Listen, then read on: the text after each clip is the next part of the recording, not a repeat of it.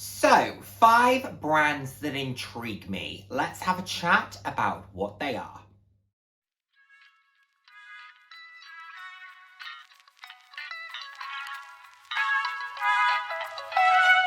Hello, and the warmest of welcomes to today's video. For those of you who haven't seen my face before, hi, I'm Nick, glad to have you here. Those of you who have seen my face before, thank you so much for joining me again. I hope you're enjoying my videos. I put out videos roughly 3 times a week on a range of different topics, anywhere from fashion, slightly more personal topics. So if that sounds like something you'd be interested in, then please do head down, hit subscribe, and turn the notification bell. I love chatting with you all.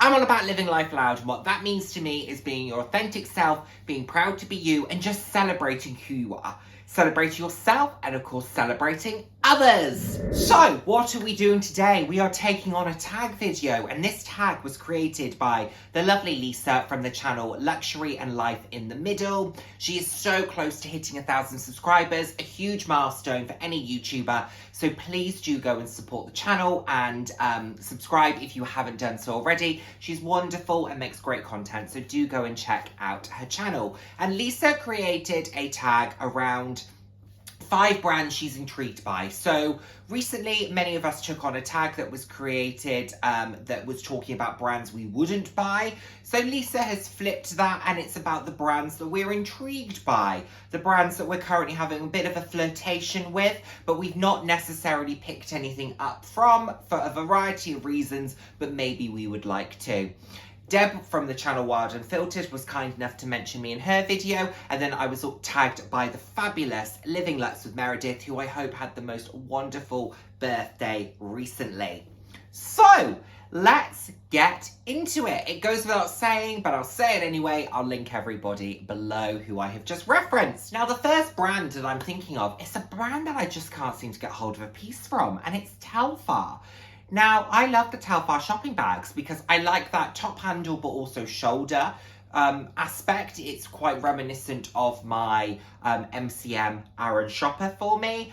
I was tempted by the recent collaboration with UGG because that feels a little bit more accessible. It's in this beautiful pink with some shearling, and Winnie from Winnie BLV has this bag, and I saw it on her channel and I thought, wow, that's really cool. I was tempted by that, but I really would love one of the kind of classic shopping bags.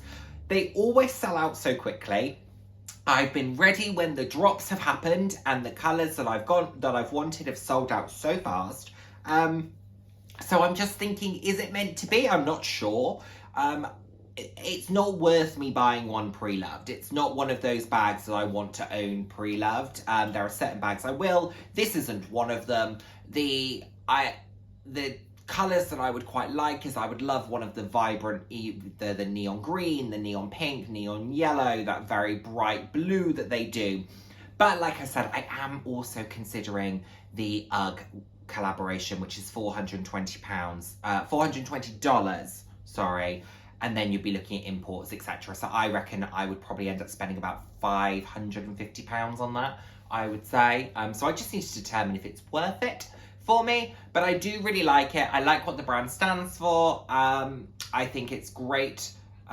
So yeah, this is one that if I could, I will try, but it's proving difficult. Next up is a brand that I've often looked at, I really like, but I've just never gone for. But at the moment, their collection is really working for me, and this is Jimmy Choo. And I'm loving the kind of denim jacquard that Jimmy Choo have brought out. I think they do some beautiful timeless pieces, beautiful shoes. I've always loved the glittery loafers that you can buy in the men's section. I've always thought that the heels from Jimmy Choo are absolutely stunning. It's the Anouk that I remember seeing and thinking was just absolutely gorgeous and a great alternative to the So Kate. I am really enjoying their bags, particularly there's this tote bag. Considering I say I'm not a tote bag person, I'm very drawn to totes at the moment, and it's this shoulder tote bag, but it's got that kind of winged aesthetic, which we all know I love. So that's really beautiful, and that comes in this denim-y, kind of almost like felt type material. That's very lovely. Some beautiful kind of clutch-like pieces, glitter, glamour. Jimmy Choo is great for glamour. But then I also love the Timberland collaboration in the neon pink.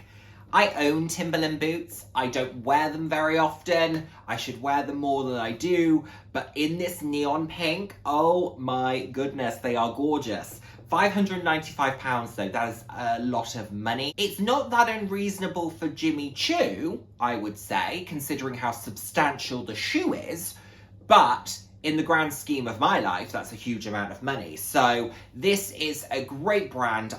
Like I said, I've been having this little flirtation with. I always look in Vista to see if there's anything that really captures me. I will be keeping an eye because this collection really speaks to me at the moment. So I reckon in the next 12 months, that will work its way through to the outlets quite possibly. And so that might be the point in time that I start picking up some pieces from Jimmy Choo. Next up is a brand that I just think does tailoring so exceptionally. No, it's not Balmain. It is Alexander McQueen.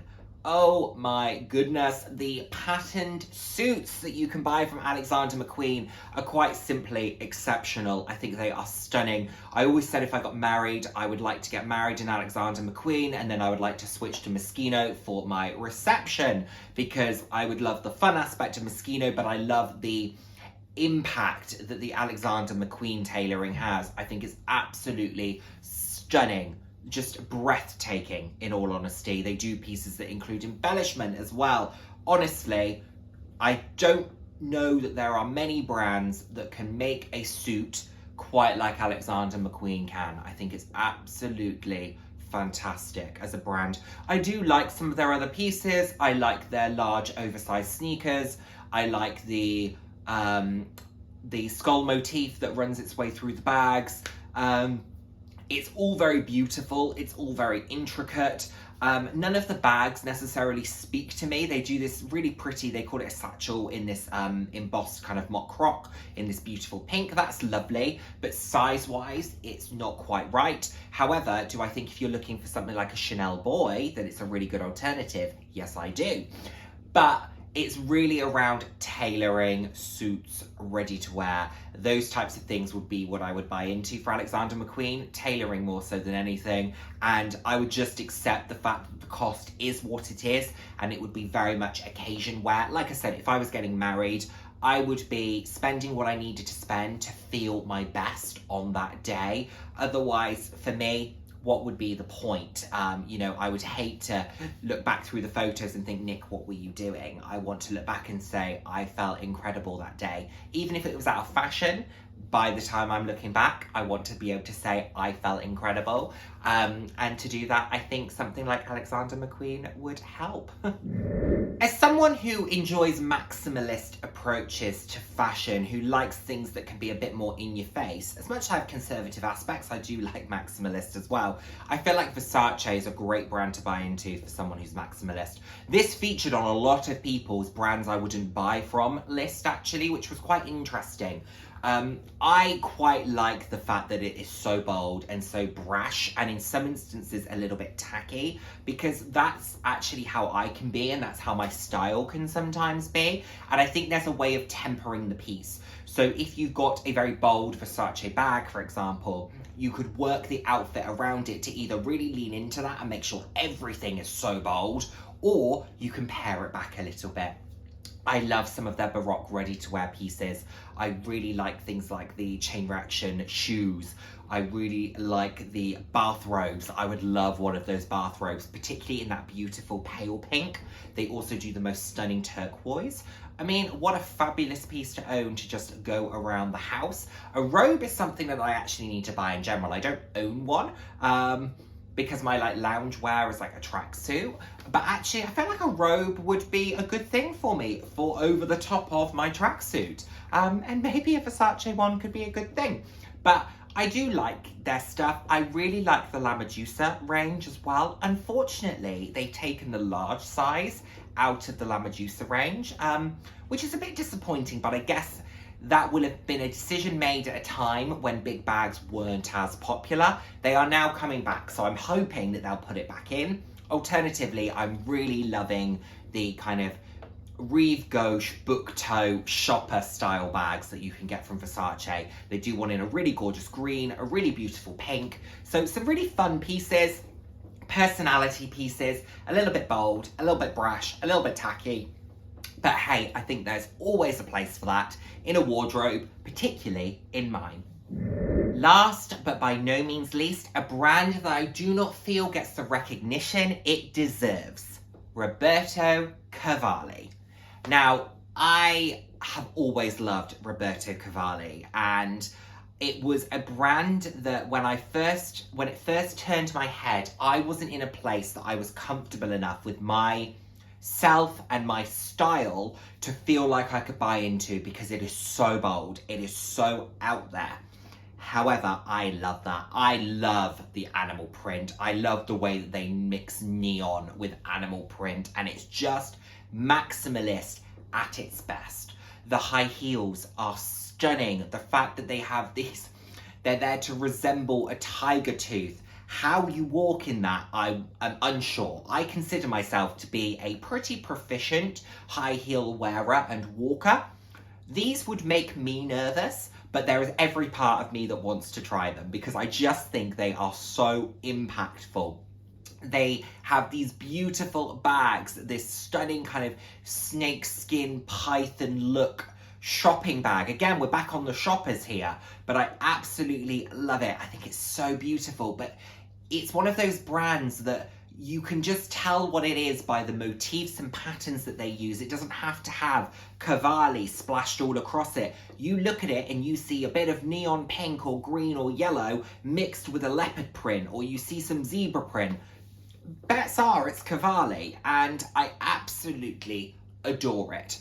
I also think some of their bags, like the top handle bags, are stunning. If you are looking at something like Lanvin and you love the cat pencil bag and the hobo, etc., but you want something that's maybe a bit more blingy, or maybe the shapes that they've brought those out in don't quite work for you, look at Cavalli. They have that stunning tiger top handle. In some instances it is bejeweled. It is just so intricate and so delicate, but so impactful.